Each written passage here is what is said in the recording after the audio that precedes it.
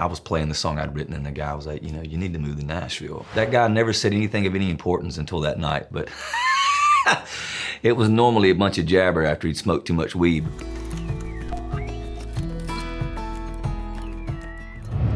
I had already written half of the record, I would say, with like Peace and Love, Mr. Simple, One Heartbeat. And there was definitely a theme of trying to understand the complexities of the word love. There's a reason that that particular word and relationships have been written about so much from the beginning of when we started hearing music on the radio or however you got your music. And I think it's the most complex and contradictory word. And when I heard the song Damn Love, when I was in the room with Jaron, we were writing Peace and Love that day. And it just was one of those things where that title encompassed what the whole record was about. You know, while one minute you have someone that's experiencing the euphoric feelings that love provides, there's somebody else that's dealing with the heartache of it. So polar opposites, you know, ends of the spectrum, and I felt like that word encompassed the whole project. And it would look great on a t-shirt. Yeah, I mean, I've written tons and tons of songs by myself, but I think this particular project was, normally like I'll sit in a room with a guy like Dan that I trust so much, or Jaron or Brett or whoever, and we kind of just start from scratch. Over the last 3 years, I've just been writing so much, and I start every day with it. And I think I got in a groove unlike I feel like I'd ever gotten into before. And so I would almost try to finish half or more of every song before I went and joined a writing session. And One Heartbeat was one of those where I had a whole month. You know, I take off every winter to go surf, and I had a whole month in Maui, and I probably wrote half of the record out there, or at least brought in half of the ideas that I used from there. And One Heartbeat was one of those that I was so entrenched in every single morning, chomping away. Then I'd get back at night from surfing and I'd write more on it, and I'd change it and I'd rewrite it, and it became such a part of me that I just kind of kept going with it, and before I knew it, it was just, you know, it was over. You know, there's been a whole lot of duets in Nashville over the last 10 years, and throughout the years, I've definitely been pressed every record. Are you gonna do a duet this time? Are you gonna do this? And I've never felt the need to press that. I felt like whenever that was supposed to happen, it would happen. Ashley has been one of my favorite artists in this town, not female artist, just favorite artist in this town for the last, you know, few years. And we didn't know each other well, we knew each other in passing, and the crazy thing about that song is when I was done with the first chorus, I'd already written the first verse and chorus, I just kept thinking to myself, wow, I could really write this next part of the song for a woman to sing. It just lines up so perfectly. I said, it'd be amazing if Ashley would sing this. And I just kind of kept that internally. Was never planning on forcing that issue, and I find myself in Alaska with Ashley maybe 4 or 5 months after I wrote the song. We were backstage in a little trailer just kind of playing songs that we'd written, and she was like, I want to hear something you just recently wrote.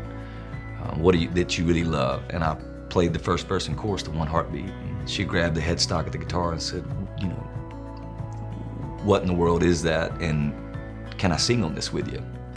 So it's just amazing how that came together in such a putting it out in the universe, and it just kind of came back to me, and man, it was fun to do it with her. She's incredible.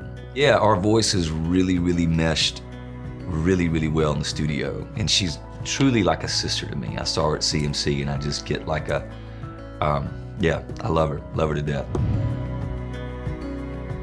I don't necessarily know if it makes me better with other writers. Like I said, I've been writing by myself for a long, long time. I think you just get in such a comfortable place in Nashville of trusting people that, you know, Dan and Weston and like Brett, Jaron, you know, Josh Miller. There's people that I really trust in a room, and I respect their views so much, and I want to hear what they have to say on things. So I enjoy that process of writing with somebody else. Doesn't mean that I couldn't sit down here in an hour and turn out a song for you by myself. It's just that I do think it helps really push you're not leaning on anybody else for their take on things. There's certain things that Dan brings to the table that I feel like maybe better's not the right word. It's just that we do things differently, and I love to see where he's gonna approach a lyric from. So sometimes I'll sit back and wait with his spin and his angle.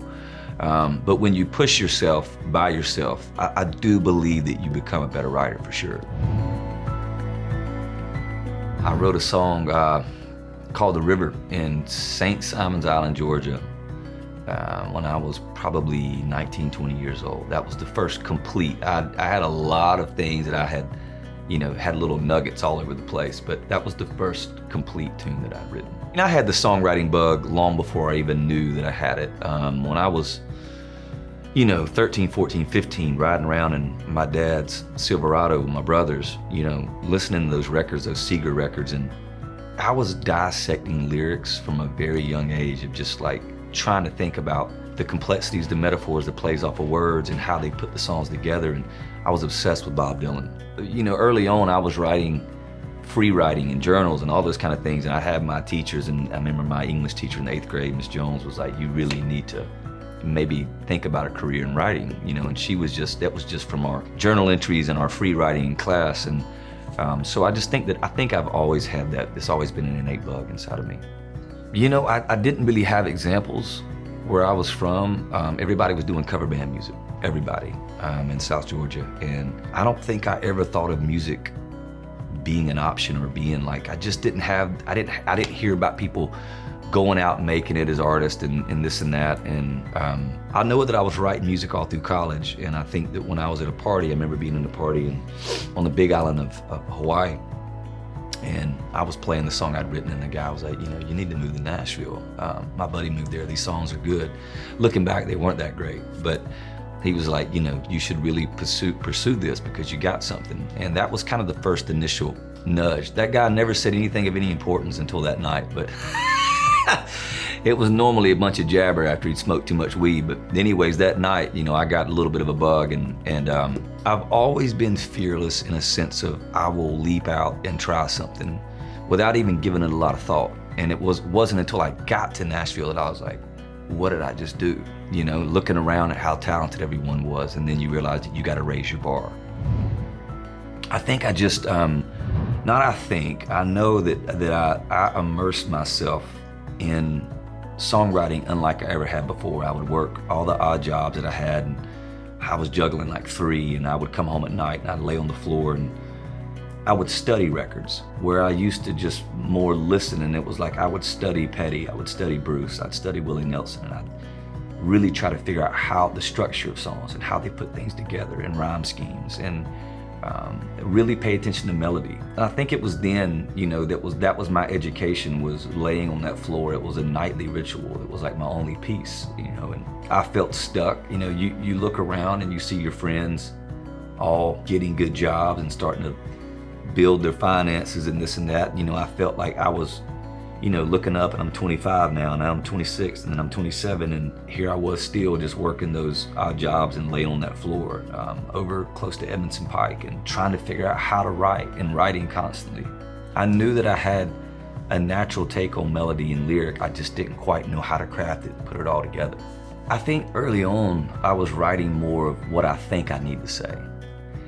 It was more of because these guys wrote about this, I'm gonna write about this. And I would write about things that weren't really relative to me, but it sounded cool. And it was, I'm singing about things that I don't really know about that well. And I think that once I really started being authentic with myself in my writing, and that's when everything changed. Oh man, that's a really, really difficult question because I feel attached to so many of my songs. I would say that there's a song, Mr. Simple, on the new record that I feel like is very, very much who I am and where I'm at in my life. I can honestly look at myself and know that I got into writing and music for the purity of that. I've been obsessed with music for the longest time. Like I said, the early ages with my dad playing those Seeger records and Little River Band and Cougar, and I was just obsessed with music. I wanted to be a part of it in some way. I've never let myself get caught up in whatever the fame aspect or adulation or those kind of things. When COVID came around, like, I didn't miss the adulation.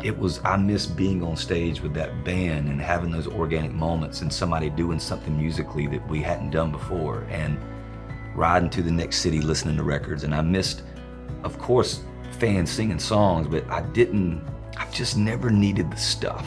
And I've always lived simple through this whole thing. And I think that, you know, writing that song, I wrote it in Maui 2 years ago, and it was just kind of, you know, I'd been barefoot for 2 months out there, and I don't think I'd had a shirt on for 2 months, and just grimy, and I was staying in this little place, and it was the realization of knowing that if it was all taken away from me, I just don't need anything. I don't need stuff, I don't need things, and that's where that song was born from. From top to bottom, you know, the song just, it really embodies what I think is the pure things in life, and we live in such a vapid world, and not allowing myself to get caught up in any of that, and not wanting to get caught up in any of it. Well, I just saw a community that was getting choked out. That's what I saw, was that while we were thriving as artists, and the touring business was thriving, I saw that these guys their backs were against the wall, and I hear the conversations in the room, and it used to be where, number one, there used to be probably 1,000 signed writers on Music Row, and now you maybe got, I don't know, 100, I'm just guessing right now, maybe 100, 120. So they're dying off by the vine, and then I just listened to conversations, it got to where, and it still is that way, where no one even cares about really getting an album cut anymore, where that used to pay bills. And now if you don't have a single on the radio with that artist, then it kind of, you know, it's paying you peanuts. These writers dedicate their whole life to that craft, and then there's really no way to make an income from it. So I was trying to spark something within the community, and I don't know if it didn't get enough attention, or people just didn't care, or people are all about, and I think it's this way I have no problem saying this, and I think sometimes this is why maybe I get a hard time within this industry, but I think people are very big on shouting the good thing on social media, and acting very virtuous, but when it comes down to it, action is not taken a lot of times, and people aren't really about action. So, and it's also to each its own. That's something that I wanted to do, doesn't mean everybody's got to do it, but I was just trying to find a way to spark conversation and how we could pick up these writers and help these writers, and I have something in mind what I want to do at the end of this year, but I'm just kind of learning that I just do, and I don't feel the need to say anything anymore. The guy who told you should move to Nashville, has he heard your songs? Like, have you ever thanked No, him? That guy's eating avocado, smoking weed somewhere. I don't know. We you know, I don't think he's too concerned with what I got going on in Nashville.